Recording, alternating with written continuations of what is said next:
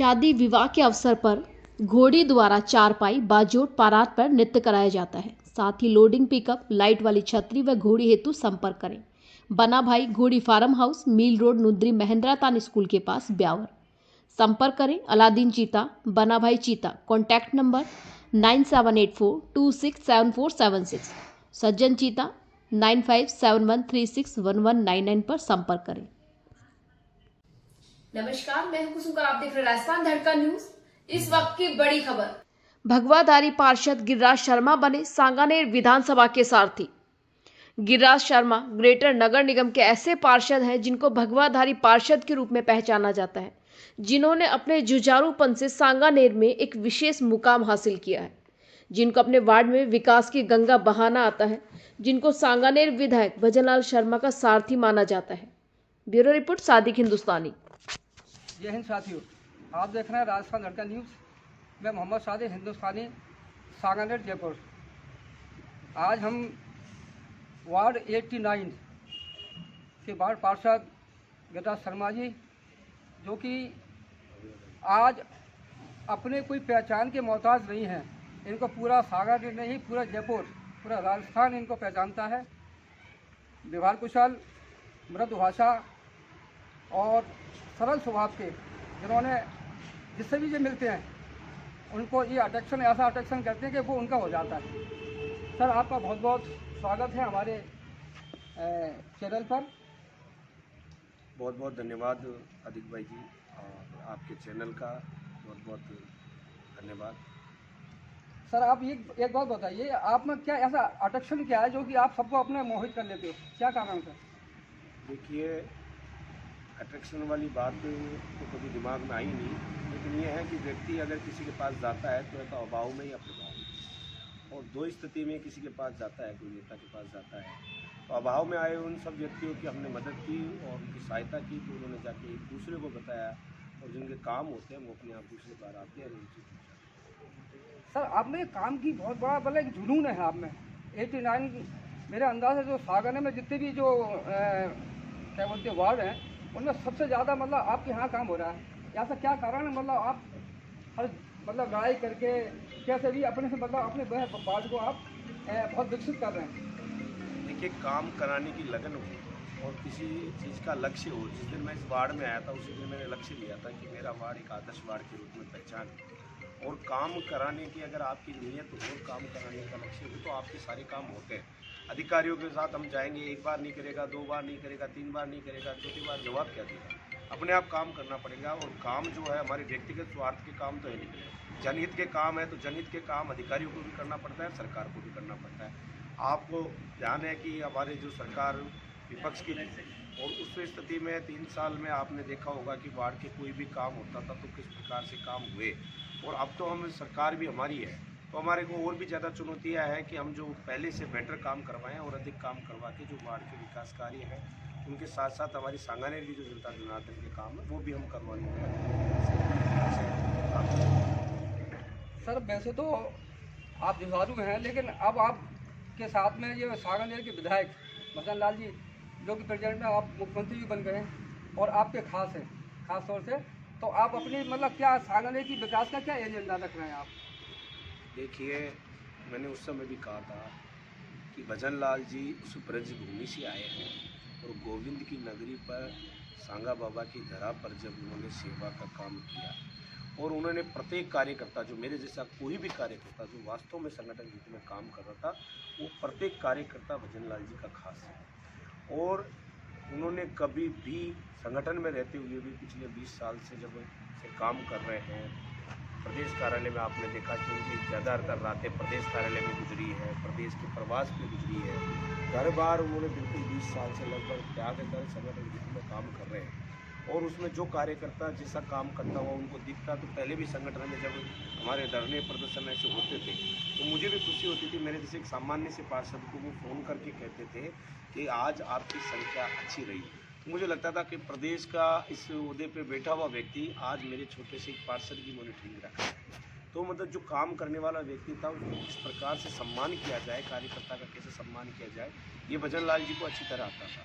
और जब वो यहाँ सांगानेर में आए तो सांगानेर में आते ही जो सांगानेर का जो जिसे हम कहें कि ये बट वृक्ष जो भाजपा का था, यहाँ आते ही प्रत्येक कार्यकर्ताओं को उन्होंने साधने की कोशिश की, अपने आप को जाकर उनके सामने प्रेजेंट किया और उन्होंने सीधा जनता से नहीं जुड़कर सबसे पहले कार्यकर्ताओं से संवाद किया और संवाद करके कार्यकर्ताओं में एक नया उत्साह उन्होंने पैदा किया और सब कार्यकर्ताओं को उत्साह देखते हुए जो हम पिछली बार से भी अधिक मात्रा में आपके सामने हमने चुनाव की विजय हासिल की और उस विजय को देखते हुए कई प्रदेश नेतृत्व में, केंद्र नेतृत्व में उनके व्यवहार कुशलता को देखते हुए कि जो सब नेताओं से किस प्रकार से उनकी जो संपर्क रहे, संवादहीनता उनसे कभी नहीं रही, उनका अच्छा संवाद रहा, उसको देखते हुए ही कई केंद्र नेतृत्व में, प्रदेश नेतृत्व ने, सभी विधायकों ने, हमारे नेतागणों ने सबने निर्णय लिया और सांगानेर को ये हमें जो हम मानते थे कि हमारे जो विधायक जी है वो कैबिनेट मिनिस्टर होंगे, लेकिन सीधा मुख्यमंत्री उन्होंने दिया।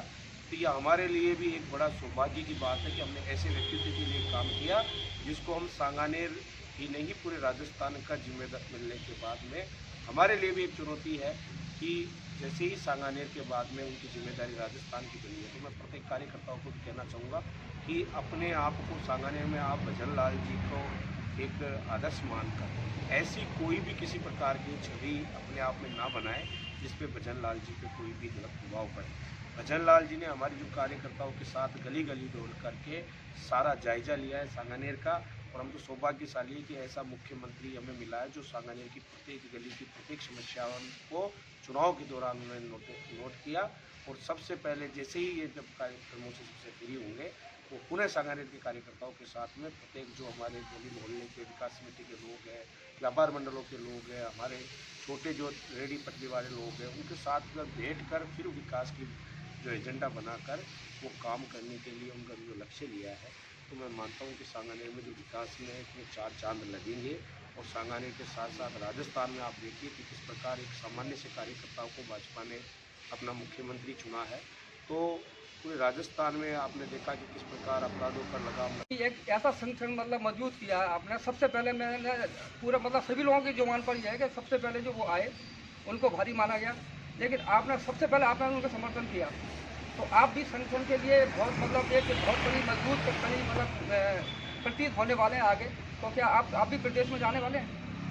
देखिए, मैं भजन लाल जी से जिस दिन मेरा संपर्क हुआ था उस समय मैं सांगानेर मंडल का महामंत्री हुआ और महामंत्री होने के बाद जब मैं काम करता था वो प्रदेश के उपाध्यक्ष थे, तो वो मेरे कहा है कि अधिक बार सराहना भी की है उन्होंने, क्योंकि नवमतदाता पंजीकरण अभियान जिस समय चला तो राजस्थान में सबसे प्रथम जो मंडल आया वो सांगानेर मंडल था और उस समय उन्होंने सराहना की। मेरे को उस समय जो मुख्यमंत्री जी हमारी वसुंधरा राजे जी थी उनसे और चंद्रशेखर जी से मुझे सम्मानित भी करवाया था कि सबसे ज़्यादा अधिक नव मतदाता बनाने का काम गिरिराज ने सांगानेर मंडल में किया है, क्योंकि नव मतदाता पंजीकरण अभियान का संयोजक उन्होंने मुझे बनाया था और हमारे जिलाध्यक्ष जी संजय जी ने सबने मेरे को मतलब बहुत अच्छा सम्मान किया था। आज रही बात ये है कि मैंने तो जब लाहौटी जी का चुनाव हुआ था तब भी सबसे पहला माला मैंने ही पहनाई थी, क्योंकि मैं तो संगठन का कार्य करता हूँ, संगठन के हित में काम करूँगा, जीवन भर मैंने ये संकल्प ले रखा है। और मुझे 2014 में जब मैंने पार्षद का चुनाव का जब बात आई थी और उस समय जब टिकट मांगा था तो संगठन ने उस समय मेरे को उस योग्य नहीं समझा, मेरे से उपयुक्त व्यक्ति को उस समय चुनाव लड़ाया। उसके बाद में आज 2020 में मुझे खुद को पता नहीं था, मैं तो गिरिराज धरण की परिक्रमा दे रहा था और उसी समय फ़ोन आया और मुझे यहाँ से आज पार्षद बनवाया। तो ये सब संगठन की बात है। और फिर उसके बाद में जब चेयरमैन का जब बात हुई तो चेयरमैन का मेरा नंबर नहीं आया और उसके बाद में मुझे जिला योजना लड़ाया। फिर उसके बाद में सबसे बड़ी जो कमेटी हमारी टाउन वेंडिंग कमेटी उसका सदस्य बनाया, अपराधों का समन्वय समझौता समिति का मुझे सदस्य बनाया और अपने जो उद्यान समिति है उसका मुझे सदस्य बनाया। तो संगठन मैं तो सोचता हूँ कि मैंने संगठन में सुना था कि संगठन में काम करते हुए व्यक्ति की चिंता करने की आवश्यकता नहीं है, कि संगठन अपने आप उपयुक्त कार्यकर्ता अगर काम करता है तो उसको अपने आप कहाँ करना है। मैंने मेरे स्वार्थ के लिए कोई काम नहीं किया, मेरा स्वार्थ सिर्फ यही था कि मेरे सांगानेर का भला हो और सांगानेर का भला भजन लाल जी से अच्छा कोई नहीं कर सकता, ये मुझे पता था। सर, यहाँ की 2-5 ऐसी समस्या हैं, खासतौर से बिशनपुर की जो लाइन थी वो यहाँ ना डलती हुए वहाँ चली गई बबलू उधर, तो इसके बारे में आप, और दूसरी बात यहाँ पे जो सीवर लाइन है जो अपने घनश्याम जी बगरेट जी ने उन्होंने जो डलवाई थी अब वो डैमेज हो गई है, उसके बारे में क्या प्लान है? देखिए बिल्कुल ये बात आपका सवाल ठीक है, क्योंकि उस समय जब सिविल लाइन डली थी आज से 20-25 साल पहले, तो ये जो सिविल लाइन की जो पाइप है अपने जो 6 इंची के डाले, तो 6 इंची अब जो दबाव है G+2 G+3 के जो अपार्टमेंट बहुत ज़्यादा बन गए, आबादी अधिक हो गई। उस समय इतनी आबादी नहीं थी, तो उसी हिसाब से इसका प्लान तैयार किया गया। जो इंजीनियर जो लोग थे उन्होंने इस आगे को देखते हुए नहीं किया। तो इसके लिए भी अभी हमने अमृत योजना के तहत अपने सांगानेर का 35 करोड़ के लगभग का जो है LU जारी हो चुका था। टेंडर उसके नहीं हुए थे, तो सरकार ने टेंडर नहीं किए, कांग्रेस सरकार थी। अब उसके टेंडर भजनलाल जी की सरकार में हम उसका टेंडर जारी करवाएंगे। जो पुरानी जर्जर लाइनें हैं पूरे जयपुर में बदलने का काम ऐसा होगा, और नई लाइनें डलने का काम भी होगा। किशनपुर लाइन की हम बात करें तो ये पहले भी आवाज़ उठाई थी, हमारे सब संगठन के लोगों ने भी उठाई थी, सभी विधायक हमारे जो राजनीतिक विधायक उन्होंने भी आवाज़ उठाई थी कि जो यहाँ का पानी सांगानेर से होकर जयपुर में जाता है, सांगानेर इससे वंचित नहीं रहना चाहिए। तो भजनलाल जी ने सर्वप्रथम ये बात चुनाव के दौरान भी कही थी कि सांगानेर का ऐसा कोई घर नहीं बचेगा जिसके प्रत्येक घर पे नल नहीं है। और सीवरेज लाइन की बात करेंगे तो हम सीवरेज लाइन पूरे कॉलोनी में सीवरेज लाइन डले, और जिस प्रकार से हम रामपुरा रोड अपने जो गोविंदपुरा, शिकारपुरा, साईपुरा इधर की जो हम बात करते हैं कि आज पानी का निकास नहीं हुआ, नालियाँ नहीं है, ऐसे जगह नालियाँ बना करके पानी का निकास करने का काम करेंगे।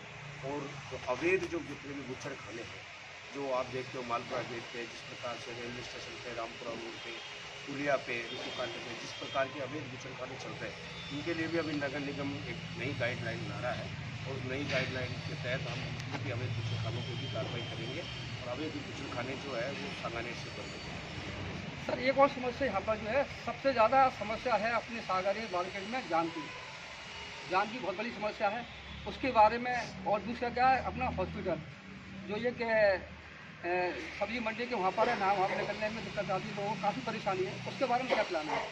देखिए कि चुनाव के दौरान भी कहा था अपने माननीय मुख्यमंत्री जी ने भी उस समय जब प्रत्याशी के रूप में थे, तो उन्होंने कहा था कि सबसे पहले हमारी जो प्रायोरिटी है वो यही रहेगी कि सांगानेर का जाम किस प्रकार से इस जाम से निजात मिले।